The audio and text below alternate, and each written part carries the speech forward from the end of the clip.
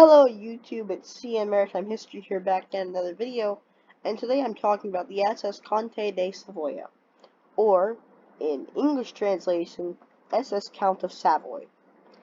And this is the Italian Line Series Part 2. The SS Conte di Savoia was an Italian ocean liner built in 1932 at the Cantieri Riuniti del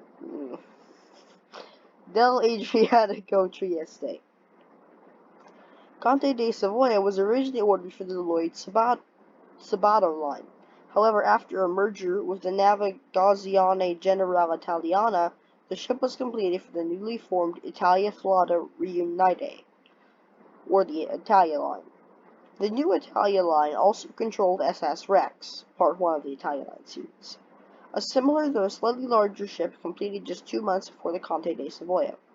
The Conte di Savoia was more modern in decoration and appearance than Rex, and was the first major ocean liner fitted with gyroscopic stabilizers.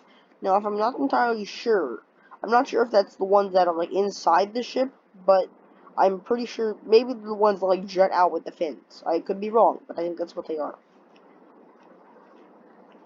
In November of 1932, she made her maiden voyage to New York City. Unlike SS Rex, she never made a record transatlantic crossing, reaching a best speed of 27.5 knots, or 31.6 miles per hour, in 1933. Conte di Savoia had one unusual feature designed to increase passenger numbers. 3 huge anti-rolling gyroscopes were fitted low down in a forward hold, so they are inside the ship. These rotated at high revolutions and were designed to mitigate rolling, a persistent problem in the rough North Atlantic crossing that affected all shipping lines.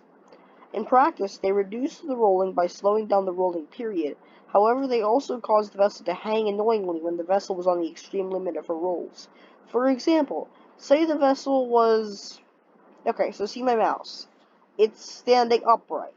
Say this is the vessel, an imaginary line I'm drawing. All of a sudden, she starts leaning this way.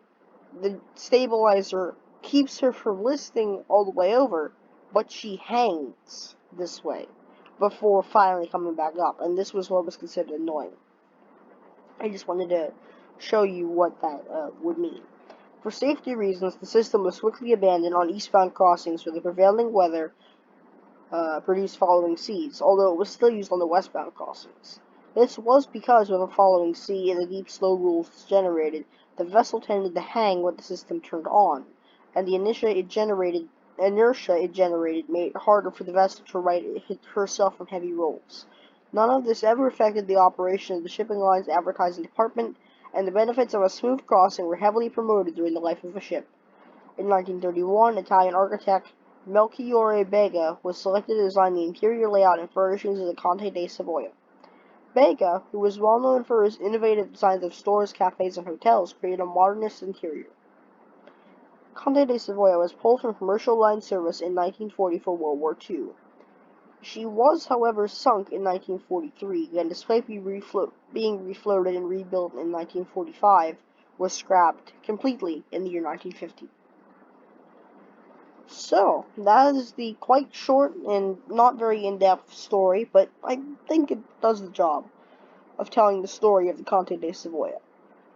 I know I don't really go in-depth with some of these ships. Some of them, the websites I use provide more in-depth information, some of them don't.